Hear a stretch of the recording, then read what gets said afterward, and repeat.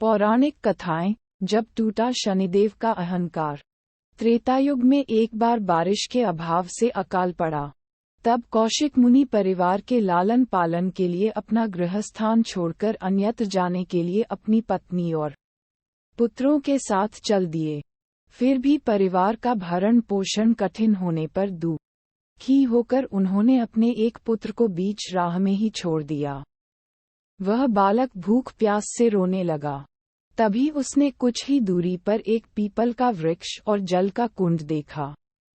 उसने भूख शांत करने के लिए पीपल के पत्तों को खाया और कुंड का जल पीकर अपनी प्यास बुझाई।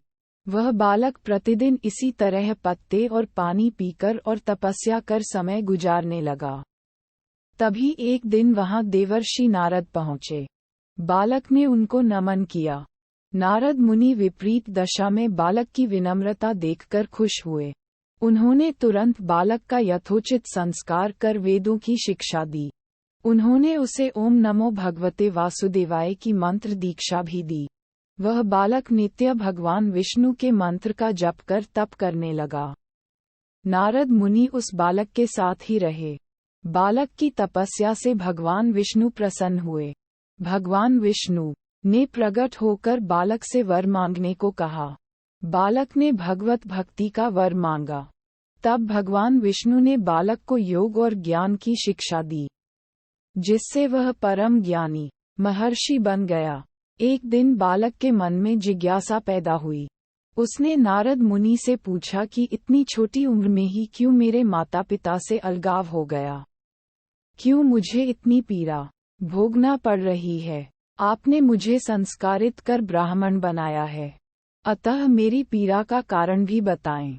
नारद मुनि ने बालक से कहा, तुमने पीपल के पत्तों को खाकर घोर तप किया है, इसलिए आज से तुम्हारा नाम पिप्पलाद रखता हूँ। जहाँ तक तुम्हारे कष्टों की बात है, तो उसका कारण शनि ग्रह है, जिसके अहंकारवश धीमी चाल के कारण तुम्हारे साथ ही पूरा जगत भी अकाल की पीड़ा भोग रहा है। ये सुनकर बालक ने बहुत क्रोधित हो गया। उसने आवेशित होकर जैसे ही आकाश में विचरण कर रहे शनि को देखा। तब शनि ग्रह बालक पिप्पलाद के तेजोबल से जमीन पर एक पर्वत पर आ गिरा, जिससे वह अपंग हो गया। शनि की ऐसी दुर्दशा देखकर नारद मुनि खुश हो गए।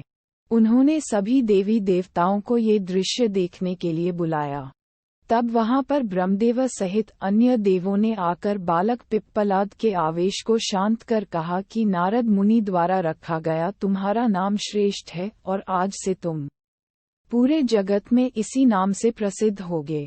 जो भी व्यक्ति शनिवार के दिन पिप्पलाद नाम का ध्यान कर पूरी श्रद्धा और भावना से पूजा करेगा, उसको शनि ग्रह के कष्टों से छुटकारा मिलेगा और उसको संतान सुख भी प्राप्त होंगे।